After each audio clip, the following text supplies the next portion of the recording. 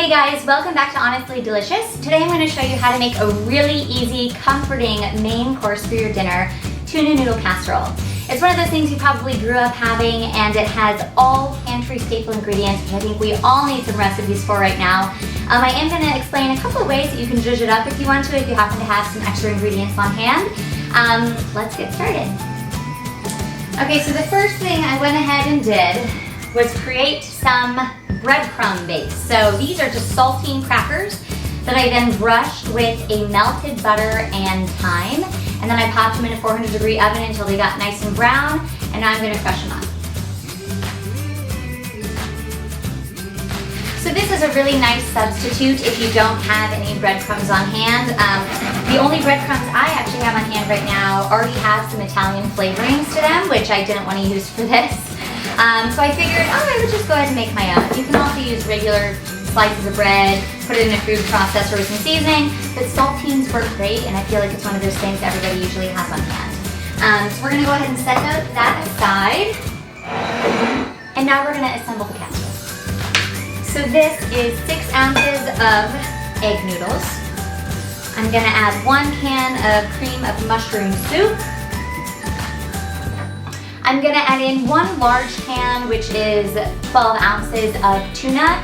You can also use 2 small cans if that's what you have. If you just want to go light on the tuna, you can add 1 can. And make sure you drain it pretty well. Going to add in half a cup of milk. And 1 heaping cup of frozen peas. Give that a stir and mix that all together. Once that's all nice and mixed, I'm going to go ahead and pour this into this is an 11 by 9. You can use any sort of like medium baking dish is totally fine. I do have it greased pretty well. Now all I'm going to do is go ahead and sprinkle the top of this with some salt and pepper. If you don't have an automated pepper grinder, you might think about getting one. Literally changed my life. Now I'm going to pop this bad boy in a 400-degree oven for about 20 minutes. Take it out, give it a little stir, and then we'll top it off with the breadcrumbs. Alright, so it baked for about 20 minutes. Now I'm going to take it out, give it a little stir.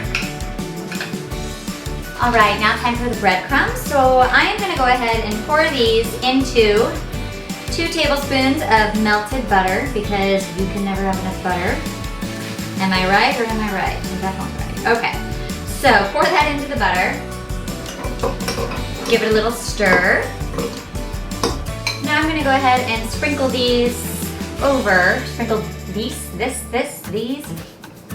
Sprinkle these over the top of the casserole. I like a lot of breadcrumbs because I really appreciate the crunch on top. Let's not waste any of that. So I'm probably using about a cup of breadcrumbs here. Great. 1 more little sprinkle of salt and pepper. Now I'm going to pop this back in the oven for about 5 to 7 minutes, just until those breadcrumbs get nice and crunchy. It's out of the oven, the breadcrumbs look nice and toasted. Let's give this a taste. You gotta get the perfect bite. The crunch from the breadcrumbs, the peas, the tuna, and the noodles, you gotta get it all in one. Honestly, that's delicious. The breadcrumbs on top give a really nice crunch to it. The peas give a nice crispiness.